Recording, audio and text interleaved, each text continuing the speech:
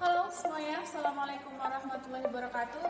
Di video kali ini saya akan membahas tentang materi bab pertama di sejarah peminatan kelas 10, yaitu tentang manusia dan sejarah. Ada 3 pokok bahasan di materi ini. Yang pertama adalah manusia, ruang, dan waktu. Yang kedua, manusia dalam perubahan dan keberlanjutan. Dan yang ketiga adalah masa kini kaitannya dengan masa lalu, atau kebalik ya, masa lalu itu selalu berkaitan dengan masa sekarang dan masa yang akan datang. Tapi sebelum kita membahas lebih lanjut tentang hal-hal yang saya sebutkan tadi, pertama-tama harus tahu dulu nih pengertian sejarah itu apa? Apa itu pengertian sejarah menurut kalian? Coba nanti tuliskan jawaban kalian pengertian sejarah menurut kalian sendiri di room ya. Nah, sejarah itu berasal dari kata syajaratun dari bahasa Arab yang artinya pohon. Kenapa syajarah atau syajaratun itu diartikan pohon? Karena kita tahu ya, pohon itu terdiri dari beberapa batang. Di batang itu ada beberapa ranting dan di ranting itu ada daun-daun. Itu bisa digambarkan menjadi sebuah silsilah, pohon silsilah dari kita yang sekarang, kemudian ayah ibu kita, di atas ayah ibu kita lagi itu ada nenek kakek kita, di atas nenek kakek kita itu ada lagi buyut-buyut kita, dan terus selanjutnya itu akan membentuk sebuah silsilah yang bentuknya seperti ranting pohon. Itu awal hubungannya. Selain itu pengertiannya juga gini, kenapa dinamakan pohon? Karena pohon itu semakin besar, semakin dalam pula akar yang masuk ke dalam tanah. Jadi ibarat sebuah pohon sejarah itu akan terus tumbuh, akan terus hidup sampai pohon itu mati ya. Jadi meskipun pohon itu tidak ada daunnya atau tidak ada buahnya atau bunganya, tetapi selama pohon itu masih hidup, dia akan terus berkembang apapun itu. Itu sama halnya dengan apa yang terjadi sama manusia, karena ketika kita berbicara tentang sejarah, itu artinya kita berbicara tentang manusia dan apa yang terjadi dengan manusia itu di masa lalu serta pengaruhnya untuk masa kini dan masa yang akan datang. Nah, sama seperti pohon tadi, selama manusia itu masih hidup, otomatis sejarahnya itu akan terus berjalan sampai dia mati. Ketika dia mati, artinya sejarah dia cukup sampai di sini. Nah, menurut kalian, apakah semua yang terjadi di masa lalu itu bisa disebut dengan sejarah?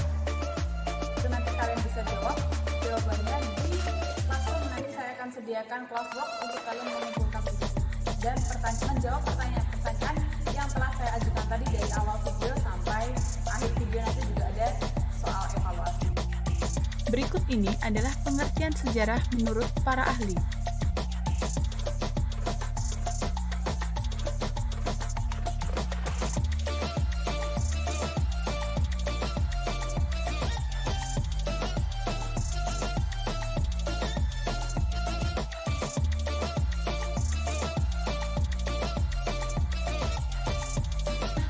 Selanjutnya kita akan berbicara tentang manusia, ruang, dan waktu. Kenapa kita harus berbicara tentang 3 elemen ini? Karena manusia, ruang, dan waktu merupakan unsur pokok sejarah. Kenapa?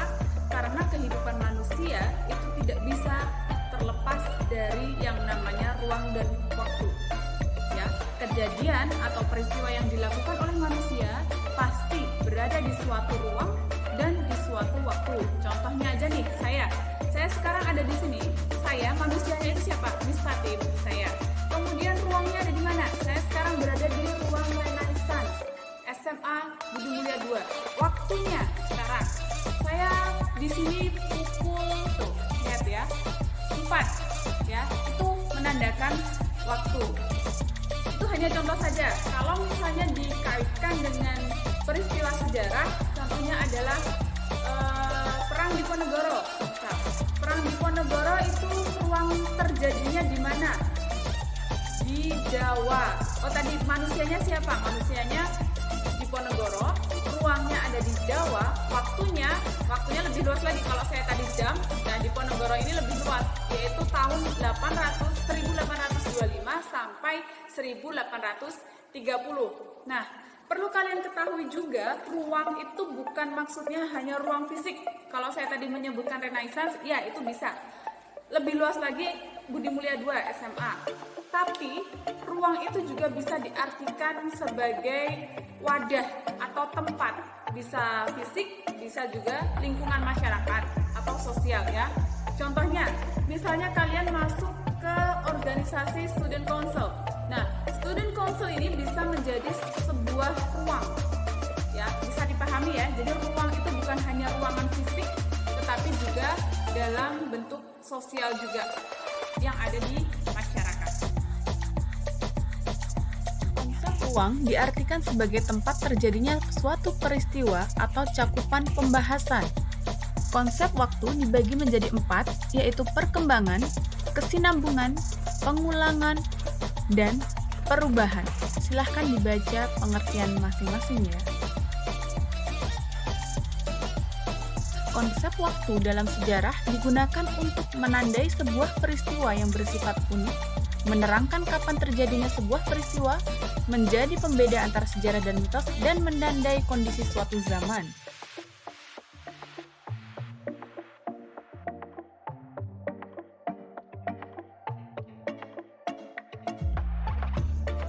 Filsuf Yunani yang bernama Heraklitus menggunakan istilah pantare yang diartikan sebagai semuanya mengalir, tidak ada yang tidak bergerak.